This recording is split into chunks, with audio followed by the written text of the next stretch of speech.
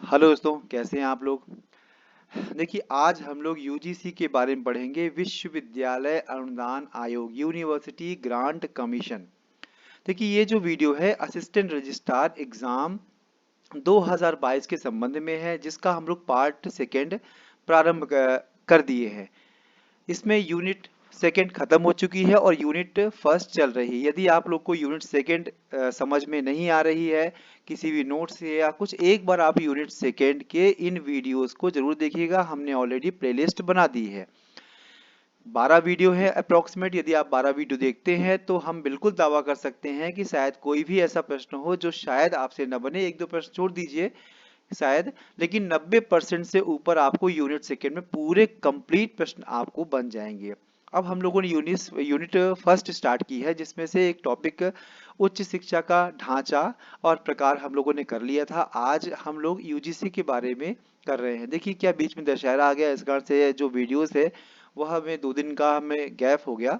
इसलिए अब प्रयास करेंगे कि कंटिन्यू हम पूरा कंप्लीट वीडियो वाले। लेकिन हाँ, जितने भी वीडियोस हैं उन वीडियो में हम सामान्य फैक्ट से लेकर उसका जो डीप है और जितना अपडेट है वो हम पूरा करने का प्रयास कर रहे हैं, जिससे आप लोग जो भी इस टॉपिक को पढ़ेंगे, जो भी लोग इस वीडियोस को देखेंगे, शॉर्ट नोट्स बनाएंगे, तो हम बिल्कुल इस बात की संभावना आपसे कह सकते हैं कि 90% से ऊपर आप प्रश्न करने की स्थिति में होंगे।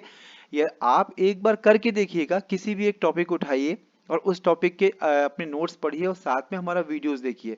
फिर आप देखिए कि आप उस टॉपिक के प्रश्न को कितना बेहतर समझ चुके हैं और उस प्रश्न को करने की स्थिति में होंगे कितना। ये आपको उस टॉपिक को खत्म करने के बाद अच्छे से समझ में आ जाएगा।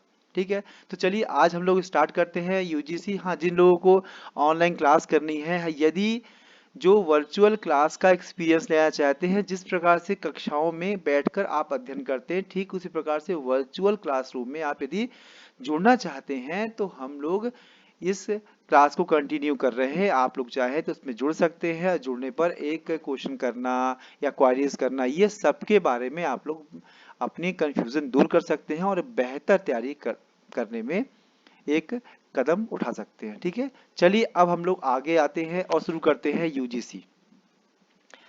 देखिए, जो यूजीसी है यह यूनिट फर्स्ट में, इवन आगे कुछ यूनिट्स है उनमें यूजीसी बहुत महत्वपूर्ण योगदान देगा। इसीलिए यूजीसी के बारे में आप जितना ज़्यादा जानेंगे, जितना ज़्यादा, थोड़ा बहुत नहीं, जितना ज़्यादा जानेंगे उतना ही आपके लिए बेहतर होगा। सामान्य छोटे फैक्ट से लेकर उसके डीप ज्ञान से लेकर और जितना भी आपके ऑब्जेक्टिव बनते हैं वो सब आप पढ़ेंगे तो आपका एक भी प्रश्न यूजीसी के टॉपिक से गलत होने की संभावना बिल्कुल नहीं रहेगी। ठीक है, देखिए प्रश्न कैसे बन सकते हैं, ये जो हम पढ़ा रहे हैं उसमें अलग हम कैसे पढ़ाएंगे आपको, इस बात को समझिए। देखिए, पहली बात तो क्या, किसी भी जो भी टॉपिक है उस टॉपिक से हम लोग प्रयास करते हैं कि हर एक एंगल को कवर करें। किसी ऐसे एंगल को नहीं छोड़ दें जिसमें लगता है कि संभावना नहीं है बाद में प्रश्न उसमें आ जाए तो आपका एक प्रश्न, क्योंकि देखिए माइनस मार्किंग है तो आप भी अच्छे से जानते हैं कि माइनस मार्किंग होने पर वही प्रश्न आप लोग अटेम्प्ट कर सकते हैं जिस प्रश्न में आप 100% श्योर होंगे। यदि आप श्योर नहीं होंगे तो उसको क्या करेंगे, माइनस मार्किंग के बेस में आप उसको छोड़ देंगे या फिर कर लेंगे तो आपको गलत होने और सही होने की संभावना 50% के आसपास होगी। तो बहुत अच्छे से समझिए। देखिए कैसे हम लोग कवर करेंगे, देखिए स्टार्ट करते हैं। यह यूजीसी, यूनिवर्सिटी ग्रांट कमीशन, विश्वविद्यालय अनुदान आयोग, इसके नीचे लिखा है quality higher education for all. एक प्रश्न सीधा बन सकता है कि यूजीसी जो है विश्वविद्यालय अनुदान आयोग, उसकी वेबसाइट में या उसके सिंबल में या उसके मुख्य मुख्य पृष्ठ में मेन उनकी टैगलाइन क्या है। तो टैगलाइन आपको पता होना चाहिए, quality higher education for all. ये टैगलाइन हो सकता है कुछ और डाल दें, quality higher education plus excellence डाल दें या quality higher education plus grant डाल दें, कुछ भी ऐसे डाल सकते हैं जो आपको कंफ्यूज कर सकता है। और आपको पता है कि जो एमपीपीएससी है वो कितना कंफ्यूजिंग क्वेश्चंस डालते हैं और वही सिलेक्शन का आधार होते हैं। तो देखिए, quality higher education for all इसका टैगलाइन है। ठीक, ये सबसे मेन फैक्ट बन गया। ये पहला फैक्ट आप मान लें। ये पहला फैक्ट आपका ये इम्पोर्टेंट है। ठीक है, अब देखिए हम लोग थोड़ा सा आगे बढ़ते हैं। सेकेंड प्रश्न पूछ सकता है कि जो उसका सिंबल है, जो उसका लोगो है, उस लोगो में क्या दिया हुआ है, या लोगो की संरचना कैसी हो सकता है। आपसे पूछ ले कि लोगो में संरचना किताब की तरह बना हुआ है, यह किताब है, खुली किताब है, और यह एक चक्र की भांति है। आप याद करने के हिसाब से कर सकते हैं, चक्र की भांति है तो चक्र और किताब, यही इसका मेन लोगो है। और इस लोगो के नीचे लिखा है ज्ञान विज्ञान विमुक्तय, ठीक है ना। तो इसका इंग्लिश का भी टॉपिक लिखा है, उसको भी आप अच्छे से ध्यान से पढ़ लीजिएगा। यदि एग्जाम में आता है तो आप सीधा सा, पहली बात तो क्या है, वो कौन सा था, इसके पहले जो हम लोगों ने पढ़ा था, वो टैगलाइन क्या थी, quality higher education for all. और अब जो हम लोग पढ़ रहे हैं वो इसका टैगलाइन नहीं है, इसका जो लोगो है उसके नीचे लिखा है ज्ञान विज्ञान विमुक्ति विमुक्तय। यदि ऐसे भी प्रश्न वो सीधा सीधा पूछ सकता है, और यदि आपने पढ़ा नहीं होगा, ध्यान नहीं दिया होगा, तो सीधा सीधा ये आपके क्वेश्चंस गलत होने की संभावना हो सकती है। ठीक है, देखिए जो प्रतीक चिन्ह है इसके बारे में ये जो दिया हुआ है। और अब हम आते हैं सीधा सा पृष्ठभूमि। देखिए कभी भी कोई भी टॉपिक पढ़िए तो उसके बारे में ऐतिहासिक पृष्ठभूमि जरूर जान लीजिए, क्योंकि बहुत से प्रश्न सीधे सीधे ऐतिहासिक पृष्ठभूमि के आधार पर भी बन सकते हैं। कैसे बन सकते हैं, इसकी पृष्ठभूमि की बात चर्चा करें यदि, देखिए दो चीज तो आप क्लियर हो गई ना, दो इंपॉर्टेंट चीजें, एक ये हो गई और एक ऊपर हो गई थी। पृष्ठभूमि में 28 दिसंबर 2002 को विश्वविद्यालय अनुदान आयोग की स्वर्ण जयंती वर्ष के आयोजनों के शुभारंभ के अवसर पर भाषण देते हुए प्रधानमंत्री श्री अटल बिहारी वाजपेयी ने विश्वविद्यालय अनुदान आयोग के पुराने चिन्ह को बदलने के विचार को जन्म दिया। मतलब कहीं ना कहीं उनको एक ही जो बेस मान सकते हैं वो उन्हीं का है। पारंपरिक रूप से विश्वविद्यालय अनुदान आयोग को विश्वविद्यालय शिक्षा के मानकों के समन्वय, अब देखिए इसमें से पूछ सकता है कि जो यूजीसी है वह, उस यूजीसी का मेन कार्य क्या क्या हो सकता है, कैसे हो सकता है। देखो पहला चीज तो ये है, विश्वविद्यालय अनुदान आयोग को विश्वविद्यालय शिक्षा के मानकों के समन्वयन, पहला क्या हो गया, ये विश्वविद्यालय शिक्षा के मानकों के समन्वयन, उन्हें तैयार करने, उनके रख रखाव करने का कार्य सौंपा गया था। ये ट्रेडिशनल टाइम था, जब पहले के समय में जब यूजीसी गठन हुआ था तब उसका केवल ये था, जो यूनिवर्सिटी एजुकेशन है उसके स्टैंडर्ड्स के बारे में, उनके तैयार करने और उनके रख रखाव के बारे में ये कार्य उनको सौंपा गया था। इस उद्देश्य की पूर्ति के लिए विश्वविद्यालय अनुदान आयोग अन्य बातों के साथ साथ शिक्षा के न्यूनतम मानकों के संबंध में विनियमन तैयार करने, विश्वविद्यालय के शिक्षण, परीक्षा, शोध के मानकों का निर्धारण करने, विश्वविद्यालय तथा महाविद्यालय शिक्षा के क्षेत्र में हुए विकास की निगरानी करने, विश्वविद्यालयों और महाविद्यालयों में अनुदान का संवितरण करने तथा सामान्य सुविधाओं की स्थापना करने में प्रवृत्त रहा है।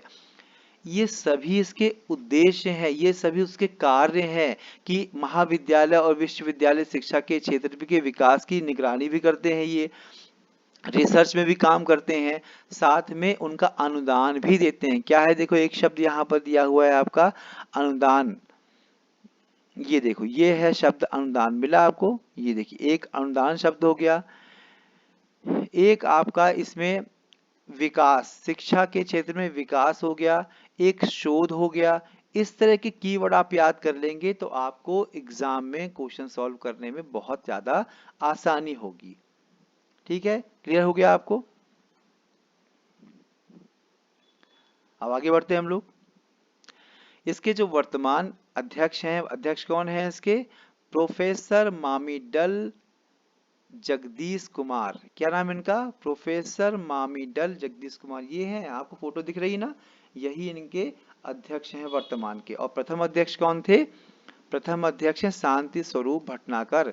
यह 1953 से लेकर 1955 के बीच में रहे। देखिए अभी तक हम लोगों ने जो यूजीसी के बारे में पढ़ा, उसकी टैगलाइन पढ़ ली, उसका लोगो समझ लिया, लोगो के नीचे क्या शब्द लिखे हैं वो समझ लिया, उस जो नया ये लोगो बना है उस लोगो का बैकग्राउंड क्या था, किसने सबसे पहले विचार प्रस्तुत किया और उसके मुख्य कार्य क्या क्या है, ये सब चीजें हम लोगों ने पढ़ी। ऐसे ही प्रश्न सीधे सीधे बन सकते हैं कि डायरेक्ट उसके उद्देश्य के बारे में पूछ ले, उसके कार्यों के बारे में पूछ ले, या उसके आयोग हो गए या अध्यक्ष हो गए, या इसके बारे में पूछ सकता है। एक चीज है देखिए, नई दिल्ली, इसका जो मुख्य कार्यालय कहाँ पे है, नई दिल्ली में। ये भी सीधा सीधा पूछा जा सकता है। पहले अध्यक्ष कौन से, शांति स्वरूप भटनागर, वर्तमान में है प्रोफेसर मामिडल जगदीश कुमार। शांति स्वरूप कौन से, पहले वाले हो गए, वर्तमान कौन से हो गए, मामिडल जगदीश कुमार। ठीक, चलिए अब इसको थोड़ा सा जो यूजीसी है उसका बैकग्राउंड समझते हैं कि यूजीसी का बैकग्राउंड कैसे स्टार्टिंग में हुई। उद्भव की बात करते हैं।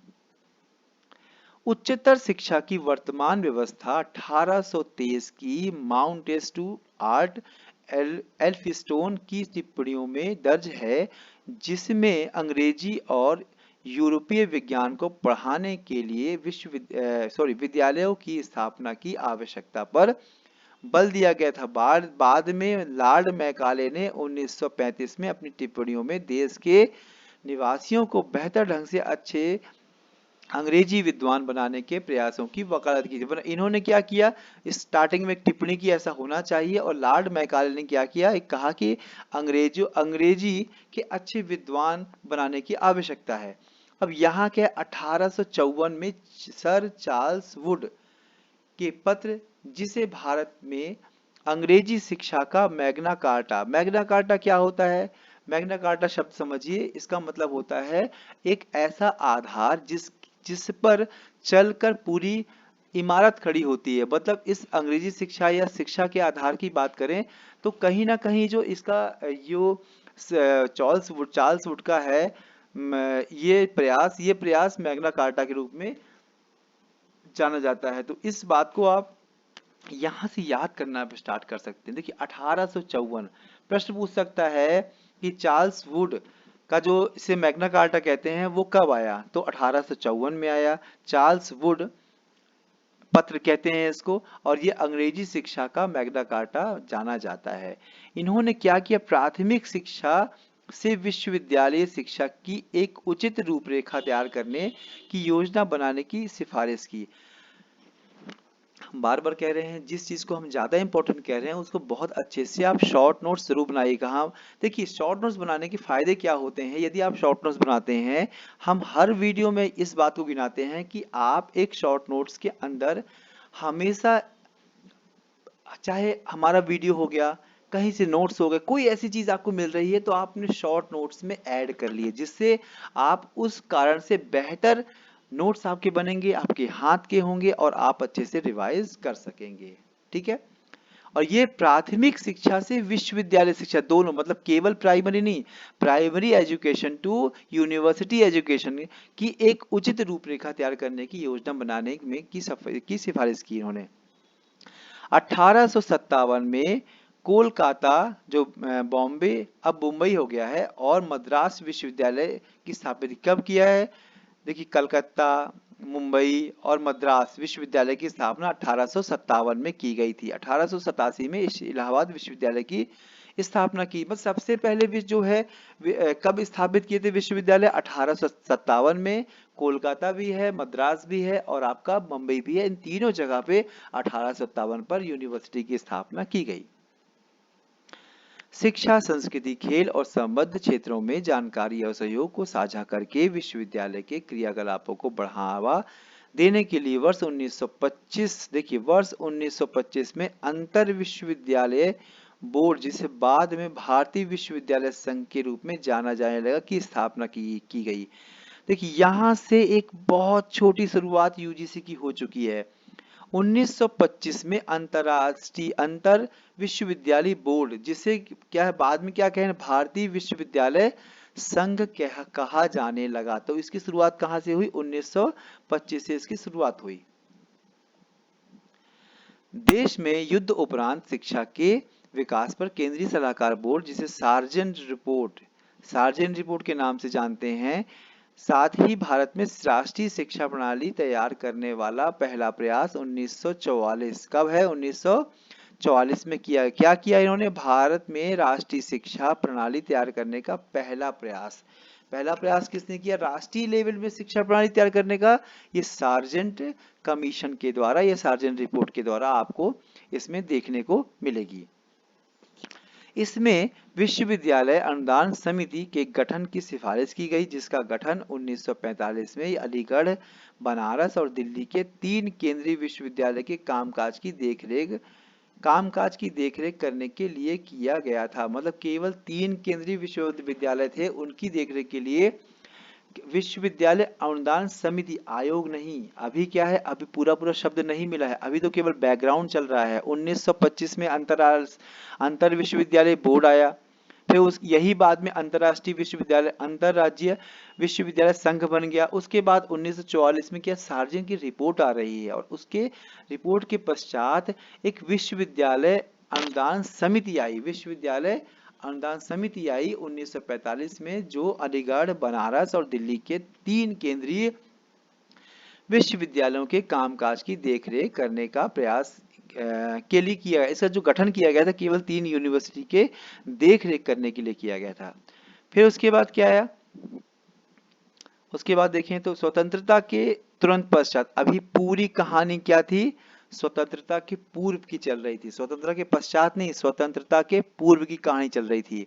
स्वतंत्रता के पश्चात, तुरंत पश्चात भारतीय विश्वविद्यालय शिक्षा पर रिपोर्ट तैयार करने के लिए, उन पर सुधारों विस्तारों का सुझाव देने के लिए जो वर्तमान और भविष्य की जरूरतों और देश की आकांक्षाओं के अनुरूप वांछनीय हो सकते हैं, डॉक्टर एस राधाकृष्णन की अध्यक्षता में विश्वविद्यालय शिक्षा आयोग की स्थापना 1948 में की गई। ये देखिए, ये बिल्कुल इंपॉर्टेंट हो गया, हुआ ना। विश्वविद्यालय शिक्षा आयोग की स्थापना 1948 में की गई। उन्होंने अनुशंसा की कि विश्वविद्यालय अनुदान आयोग का पुनर्गठन यूनाइटेड किंगडम के विश्वविद्यालय अनुदान आयोग के सामान्य मॉडल पर किया जाए। किस पे?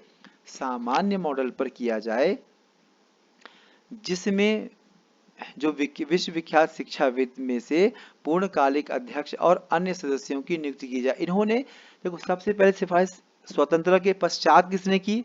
प्रश्न ये पूछेगा कि स्वतंत्रता के पश्चात सबसे पहले सिफारिश किस समिति ने की? तो राधाकृष्णन आयोग या अध्यक्षता में एक समिति बनी, उन्होंने जो विश्वविद्यालय शिक्षा आयोग की स्थापना के लिए 1948 में एक कमेटी जो यही गठित की गई थी, इन्होंने ही सिफारिश की कि ऐसा होना चाहिए। ठीक, यहाँ तो समझ में आ गया। कुछ भी आपको डाउट हो तो प्लीज आप लोग मैसेज या कॉल कर सकते हैं।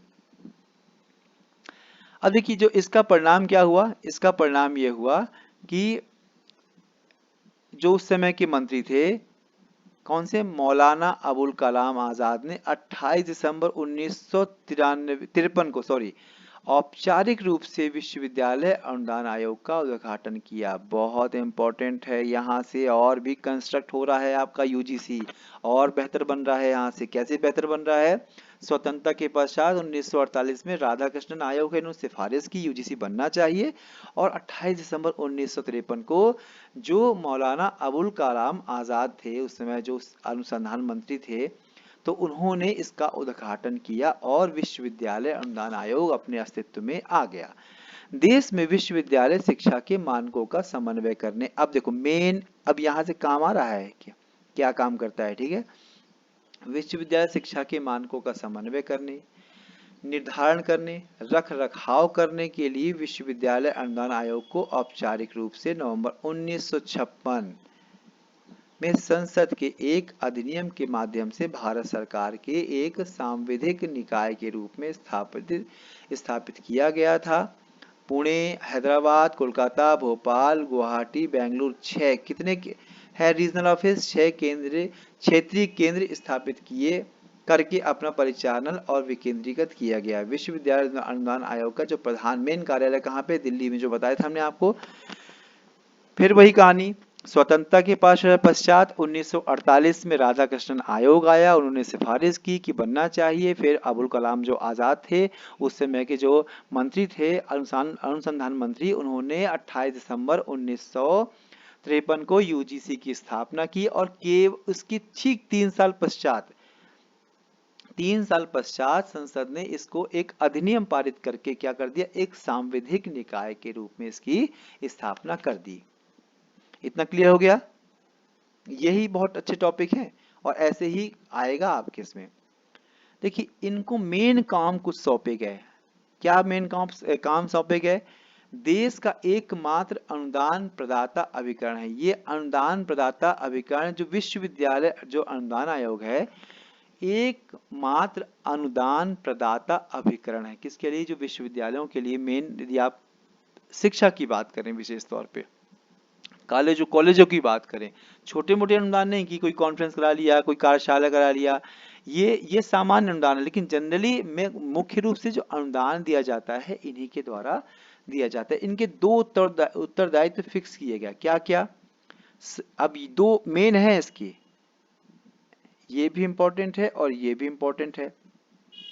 निधियां प्रदान करने का उत्तरदायित्व, वही पहला कौन सा बताया ना आपको, जिसमें आप अमाउंट प्रदान करते हैं, आप फंड प्रदान करते हैं, फंडिंग करने का काम करते हैं। दूसरा क्या दायित्व है? देश में उच्चतर शिक्षा के मानकों का समन्वय, निर्धारण और उनका रख रखाव करना। यह दो मेन इंपॉर्टेंट वर्क हो गए। कौन कौन से? मेन इंपॉर्टेंट, सबसे मेन इंपॉर्टेंट वर्क हो गए। और उसके अलावा कुछ और भी कार्य इनको दिए गए। क्या क्या दिए गए? जो उत्तरदायी रिस्पॉन्सिबिलिटी के साथ में कुछ और दिए गए, वो है आपकी ये। पहला क्या है? विश्वविद्यालय शिक्षा का संवर्धन और समन्वय। विश्वविद्यालय शिक्षा मतलब जो यूनिवर्सिटीज है और कॉलेजेस हैं, इनका क्या करेंगे वो? एक संवर्धन और समन्वय।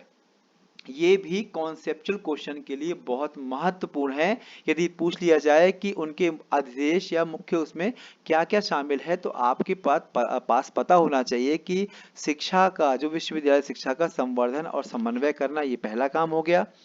दूसरा काम क्या है? विश्वविद्यालयों में शिक्षण, परीक्षा, शोध के मानकों का निर्धारण और रख रखाव। मतलब क्या? रिसर्च में भी, परीक्षा एग्जाम्स में भी और टीचिंग में भी, इनके लिए मानकों का निर्धारण, मतलब कितने रिसर्च कैसे होगा, उसकी पीएचडी से आप लोग अक्सर देखते हैं, पीएचडी, एमफिल, ये कैसे होगा, इसके लिए क्या क्या तरीका है, उसका ड्यूरेशन कितना होगा, कैसे कर सकते हैं, इसकी गाइडलाइन हो गया। और एग्जाम भी कैसे होगा, साल में एक बार होगा, 2 बार होगा। मतलब एक छोटी छोटी जो गाइडलाइन है एग्जाम को लेकर, टीचिंग को लेकर, ये सब चीजें कौन करता है? यूजीसी करता है। शिक्षा के न्यूनतम मानकों के संबंध में विनियमन, मतलब न्यूनतम मानक, मतलब एक मिनिमम स्टैंडर्ड होना चाहिए। ऐसा नहीं कि आप 2 महीने क्लास लगाइए, एग्जाम ले लीजिए, आप मार्कशीट रेडी, ऐसा बिल्कुल नहीं है। आपको उसमें क्या है? यूजीसी गाइडलाइन का एक मोटा मोटा फॉलो अप करना ही पड़ेगा कि आपको करीब करीब इतने दिन क्लास लगानी है, इस टाइम में एग्जाम लेना है, और जो उसकी मार्कशीट का फॉर्मेट होगा ऐसा होगा, या व्हाटएवर जो भी चीजें हैं वो सब इसी के बेस पे होंगी। महाविद्यालयी और विश्वविद्यालय शिक्षा के क्षेत्र में हुए विकास की निगरानी विश्वविद्यालय और महाविद्यालयों को अनुदान का संवितरण, मतलब वही अनुदान है ना, ग्रांट मिलती है ना, ये दोनों को मिलती है। केंद्र सरकार और राज्य सरकार तथा उच्चतर शिक्षा संस्थानों के बीच एक महत्वपूर्ण कड़ी के रूप में कार्य करता है। ये देखिए, ये भी इंपॉर्टेंट है। मतलब यदि कोई राज्य सरकार है, वो यूनिवर्सिटी को परमिशन देता है कि आप कोई निजी विश्वविद्यालय है वो बनेगा, लेकिन वो उसके रूल्स एंड रेगुलेशन कौन फॉलो करेगा, उसका ऑब्जर्वेशन कौन करेगा? ये यूजीसी ही करता है। विश्वविद्यालय शिक्षा में सुधार करने के लिए किए जाने वाले अनिवार्य उपायों के संबंध में केंद्र और राज्य सरकारों को परामर्श भी देता है। ये सब मुख्य मुख्य मेन के कार्य आप इसमें शामिल कर सकते हैं। ठीक है, राष्ट्रीय सुविधाओं में अब क्या क्या आगे है? अब देखिए, 4 राष्ट्रीय सुविधाओं की बात करें तो जो विश्वविद्यालय अनुदान आयोग है, ये चयनित विश्वविद्यालय में नीचे दिए गए विवरणों के अनुसार 4 राष्ट्रीय सुविधा केंद्र, प्रश्न पूछ सकता है यूनिवर्सिटी ने कितने राष्ट्रीय सुविधा केंद्र स्थापित किए हैं, तो 4 सुविधा केंद्र स्थापित किए हैं। और कहाँ कहाँ है? एक पश्चिमी क्षेत्र, ये मुंबई में है, इसकी स्थापना 1948, ज्यादा आपको नहीं समझने के लिए हमने 4 लाइन लिखी है, लेकिन आप केवल इसकी स्थापना कहाँ हुई? 1978 में मुंबई में हुई। इसका काम क्या है? विश्वविद्यालय के प्रशासनिक नियंत्रण के तहत विश्वविद्यालय अनुदान आयोग द्वारा इसकी स्थापना की गई ताकि जो यूनिवर्सिटी जो कर्मचारी हैं और छात्रों को उन्नत अध्ययन कार्यक्रम आयोजित करने वाले उपकरणों के रख रखाव के लिए प्रशिक्षण प्रदान किया जा सके। देखिए, असिस्टेंट रजिस्ट्रार का एग्जाम बहुत इंपॉर्टेंट है। थोड़ी बोरियत लग सकती है थोड़ा लेकिन यदि आपको कुछ सबसे अलग करना है, अलग हट के काम करना है, तो कुछ आपको थोड़ा बेहतर करना पड़ेगा। नहीं तो एक जैसे नोट सबके पास हैं, एक जैसी चीज सबके पास है, तो क्या होगा, उतना बेहतर लोगों के पास मटेरियल नहीं पहुंच पाएगा।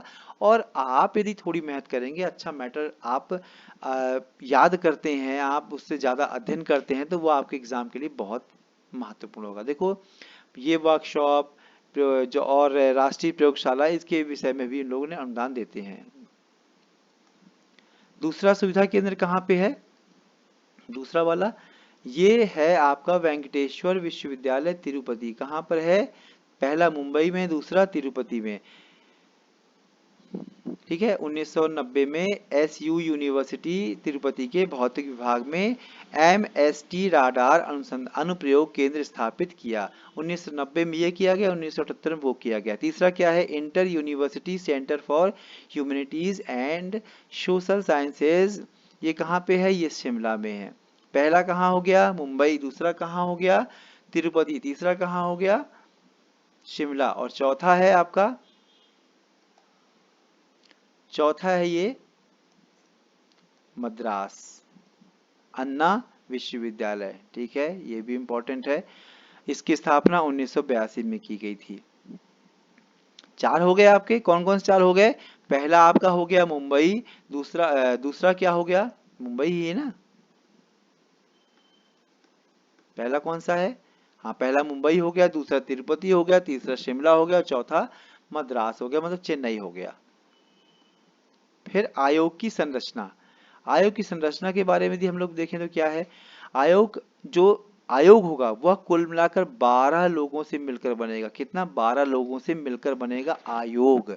और आयोग में कौन कौन शामिल होगा उसके विषय में संरचना, अब देखो आगे देखो, एक अध्यक्ष होगा, ये 1 हो गया, एक उपाध्यक्ष हो गए, ये 1 हो गया, और 10 अन्य होंगे सदस्य, मतलब इन सबको मिला देंगे तो टोटल कितना हो जाएगा, 12। एक अध्यक्ष, एक उपाध्यक्ष और 10 अन्य हो गए, जो केंद्रीय सरकार द्वारा नियुक्त किए जाएंगे। इनकी नियुक्ति कौन करता है, केंद्रीय सरकार। आप देखिए कुछ कुछ फीचर्स क्लियर हो रहे हैं आपको यूजीसी के। यूजीसी का जो मोटो हो गया क्या है, टैगलाइन क्या हो गई, उसका उसका जो मेन लोगो क्या है, उसके नीचे क्या लिखा हुआ है, उसको मुख्य कार्य क्या क्या है, उसके सुविधा केंद्र कहाँ कहाँ स्थापित है, और यदि उसकी संरचना की बात करें तो उसमें उस संरचना में कितने लोग होंगे, 12 लोग से मिलकर बनेगा। एक अध्यक्ष होगा, एक उपाध्यक्ष होगा और 10 अन्य सदस्य होंगे। इनकी संक्षिप्त में हम लोग योग्यता पढ़ेंगे। अध्यक्ष, अध्यक्ष क्या होगा, उन व्यक्ति से चुना जाएगा जो केंद्रीय सरकार या किसी राज्य सरकार के अधिकारी नहीं है, किसी सेंट्रल गवर्नमेंट या स्टेट गवर्नमेंट के वो ऑफिसर्स नहीं है, वो अध्यक्ष बन सकते हैं। 2 सदस्य, 10 में से 2 सदस्य क्या होंगे, केंद्रीय सरकार का प्रतिनिधित्व करने के लिए उस सरकार के अधिकारियों में से चुने जाएंगे। मतलब कोई भी केंद्र सरकार अपने 2 ऑफिसर्स भेज देंगे एज एजेंट के रूप में कि सही जो काम हो रहा है, कोई ऐसा तो नहीं हो रहा है सही नहीं है, कुछ भी है, तो मतलब अपने एजेंट या देख रेख रखवाली के लिए 2 अपने एजेंट केंद्र सरकार उनको भेज देगी।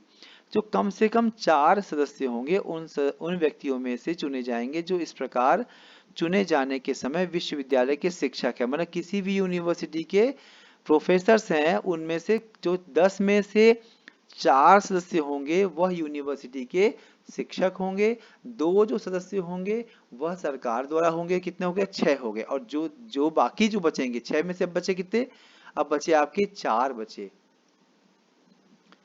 देखिए दो दो हो गए गवर्नमेंट की तरफ से, 4 हो गए आपके विश्वविद्यालय में प्रोफेसर हो गए, बचे 6। 6 में से जो होंगे वो जिन्हें कृषि, वाणिज्य, वन विज्ञान, उद्योग का ज्ञान का अनुभव होगा, जो इंजीनियरिंग, विधि, शिक्षा या अन्य जो हैं वो व्यक्ति हो सकते हैं, जो विश्वविद्यालय के कुलपति हों या विश्वविद्यालय के शिक्षक न होते हुए भी केंद्रीय सरकार की राय में ख्याति प्राप्त शिक्षाविद हों या जिन्होंने उच्च शैक्षणिक विशेषताएं प्राप्त की हों।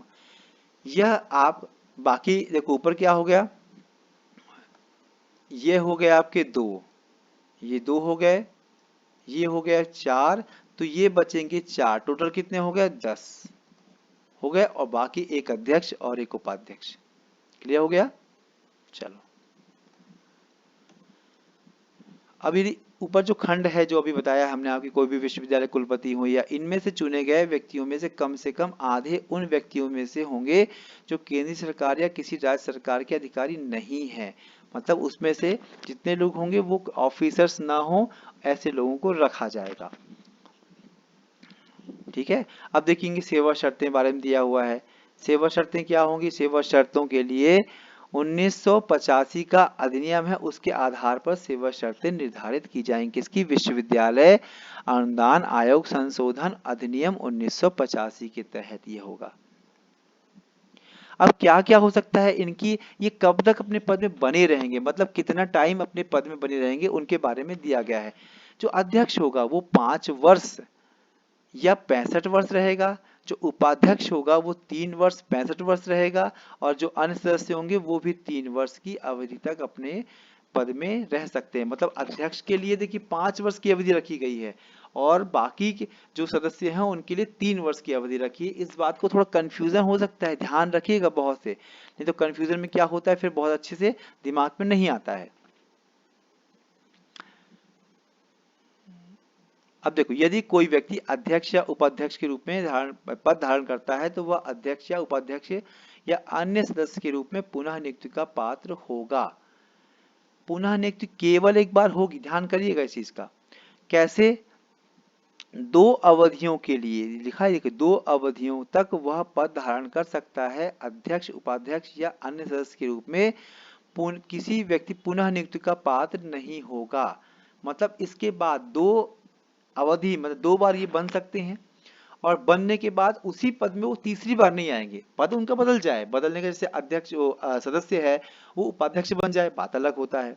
यदि वो ऊपर अध्यक्ष हो जाए तो उसकी बात अलग होती है। मतलब वो एक पद में, अपने जो पद होते हैं उस पद में वह 2 अवधियों से ज्यादा पद धारण नहीं कर सकता। केंद्र सदस्य केंद्रीय सरकार को संबोधित कर स्व हस्ताक्षरित लेख द्वारा अपना पद त्याग सकता है। ठीक है। बाकी जो अध्यक्ष के पद के लिए होगा वह क्या होगा, 6 माह से अधिक अवधि के लिए धारण नहीं करेगा। मान लो किसी अध्यक्ष की क्या होती है, किसी भी कारण से पद रिक्त होता है, और पद यदि रिक्त होता है तो उसको क्या होगा, कोई भी जिसे उपाध्यक्ष है वो आ जाएगा एज ए अध्यक्ष के रूप में। लेकिन इन 6 महीने उसके अंदर अंदर प्रोसेस हो जानी चाहिए और एक अध्यक्ष बन जाना चाहिए। ये जो जितनी भी चीजें हम बता रहे हैं ना, ये कॉन्सेप्ट क्लियर करने के लिए बहुत अच्छी चीजें हैं, जिससे आपको हर एक प्रश्न को बहुत बेहतर तरीके से कर सके। आयोग की कृत्य, उनके कार्य क्या क्या है? देखो, पहला कार्य क्या है, विश्वविद्यालय की वित्तीय आवश्यकताओं की जांच कर सकता है ये, मतलब उनको कितना पैसा आ रहा है, कितना जा रहा है, कितना आवश्यकता है, इस पर। दूसरा क्या है, किसी केंद्रीय अधिनियम द्वारा उसके अधीन स्थापित या निगमित विश्वविद्यालय को आयोग की निधि में से ऐसे विश्वविद्यालय के चलाने और उसके विकास या के लिए या किसी अन्य साधारण या विनिर्दिष्ट प्रयोजन के लिए अनुदान आवंटित या संविसारित कर सकता है। क्या कर सकता है? अनुदान का आवंटन, और या जो दिया गया आवंटन उसको विस्तारित भी कर सकता है। ये भी इसमें आयोग की शक्ति में ही आता है, और इसका नाम इसीलिए रखा गया है यूनिवर्सिटी ग्रांट कमीशन। तीसरा क्या है? तीसरा ये है, जो अन्य विश्वविद्यालय को आयोग की निधि में से ऐसे अनुदान आवंटित करने और संविसारित कर सकता है जो ऐसे विश्वविद्यालय के विकास के लिए या अथवा ऐसे विश्वविद्यालय की किसी विनिर्दिष्ट क्रियाकलाप, मतलब कोई भी ऐसा एक्टिविटीज है उसके लिए वो कर सकता है आगे। ठीक है, चलिए अब आगे बढ़ते हैं हम लोग। इसमें भी सब वही दिया हुआ है कि विशेष चलाने के लिए, विकास करने के लिए, इसके लिए फंडिंग यूजीसी दे रहा है, यह देता है, इसका मुख्य रूप से कार्य है इसका। बाकी इसी की विषय में जानकारी दी हुई, बाकी कोई खास नहीं है। पढ़ना चाहें तो एक बार आप लोग पढ़ सकते हैं। जहां तक हमको जो आवश्यक लगता है वो हम पढ़ा दिए, क्योंकि हम एक्स्ट्रा इसलिए देना चाह रहे हैं आपको, क्योंकि आपको ये दिमाग में रहे कि हमने हर चीज पढ़ी है। एक बार रीडिंग जरूर कीजिएगा आप लोग, तो आपके लिए बहुत महत्वपूर्ण होगा। देखिए एक है यूजीसी एक्ट की 12B धारा, कौन सी है? 12B या हिंदी से 12 खा। ये बेहद इंपॉर्टेंट है, बेहद नहीं, ये वेरी इंपॉर्टेंट है। क्या है? वेरी इंपॉर्टेंट है। ऐसे विश्वविद्यालय को अनुदान दिए जाने के बारे में प्रतिषेध जिसे आयोग ने ऐसा अनुदान प्राप्त करने के लिए उपयुक्त घोषित नहीं किया गया। यदि कोई यूनिवर्सिटी है वह अनुदान प्राप्त करती है लेकिन आयोग को लगता है कि यह अनुदान लेने लायक नहीं है तो उसको 12B के तहत प्रतिषेध कर सकता है, रोक सकता है, प्रोहिबिट कर सकता है कि अब इनको अनुदान नहीं दिया जा सकता। जो वार्षिक रिपोर्ट है वो क्या होगा? वार्षिक रिपोर्ट केंद्रीय सरकार को भेजी जाएगी और जहां पर सरकार उसे संसद के दोनों पक्षों में रखेगी। लेखा और लेखा परीक्षण क्या है? जो लेखा परीक्षण ऐसी तरीके से रखा जाएगा जो बही खाता हो गया या अन्य बही खाते प्रारूप है जो भारत के कैग द्वारा, किसके?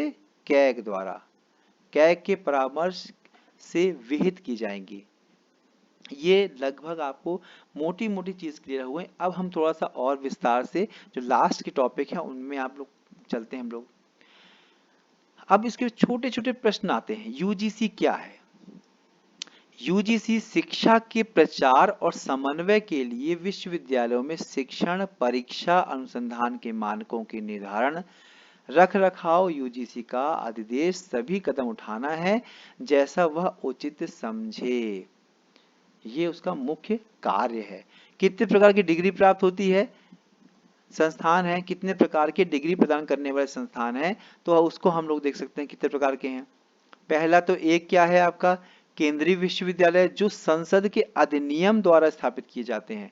दूसरा राष्ट्रीय महत्व के संस्थान जो संसद के अधिनियम से ही स्थापित किए जाते हैं, परंतु वो एक नेशनल इंपॉर्टेंस के संस्थान कहलाते हैं, जैसे आईआईटी, एनआईटी, आईएम या इस तरह के संस्थान। तीसरा कौन सा आता है? तीसरा आता है राज्य विश्वविद्यालय। ये क्या है? राज्य के विधानमंडल के अधिनियम के द्वारा स्थापित किए जाते हैं। फिर उसके बाद है निजी विश्वविद्यालय। ये क्या है? ये विश्वविद्यालय राज्य विधानसभा के द्वारा ही अधिनियमित होते हैं, परंतु इसका वित्त पोषण कौन करता है? स्ववित्त से होता है। सरकार पैसे नहीं लगाती इसमें, कोई एक व्यक्ति जो स्टार्ट करता है वो पैसे लगाता है इसमें। ठीक है, क्लियर हुआ आपको?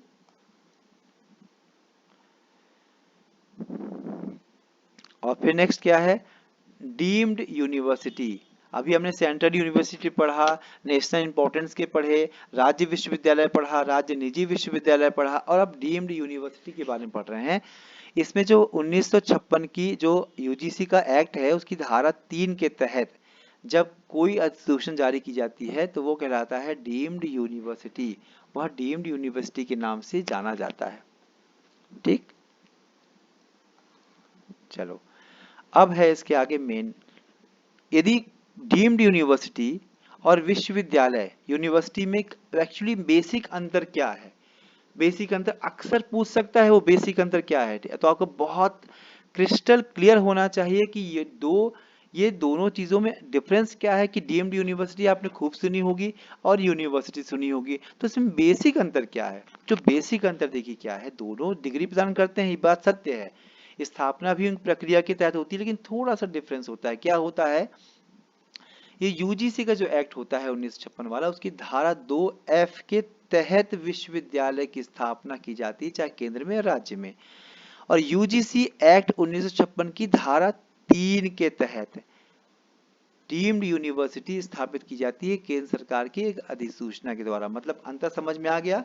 जो यूजीसी एक्ट है उसकी धारा 2 के तहत 2F के तहत विश्वविद्यालय बनेगा, और जो 1956 के जो एक्ट है उसके धारा 3 के तहत डीम्ड यूनिवर्सिटी बनेगी।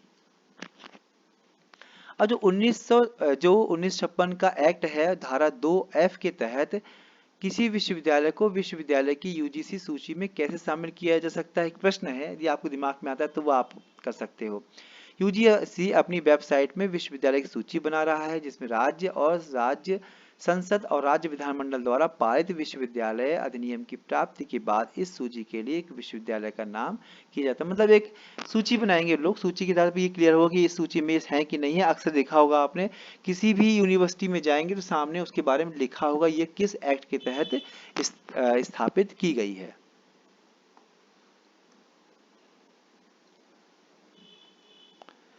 1956 की धारा बी 12 बी क्या है? 12 बी में वही होते हैं, उन्हीं विश्वविद्यालय कॉलेजों की वित्तीय सहायता प्रदान करता है जो यूजीसी अधिनियम की धारा 12 बी के तहत यूजीसी द्वारा अनुरक्षित सूची है। 12 बी के तहत यदि कोई सूची बनाई गई है यूजीसी द्वारा, उन्हीं को ही फंडिंग दिया जाएगा। इस बात को आप बहुत अच्छे से फिर से दिमाग में रख लीजिएगा, नोट डाउन कर लीजिएगा। सीधा सीधा प्रश्न पूछेगा, क्योंकि आपको पता है यूजीसी में सबसे ज्यादा प्रश्न यदि पूछेगा तो यूजीसी से ही पूछेगा, उसका मेन कॉन्सेप्ट यही है।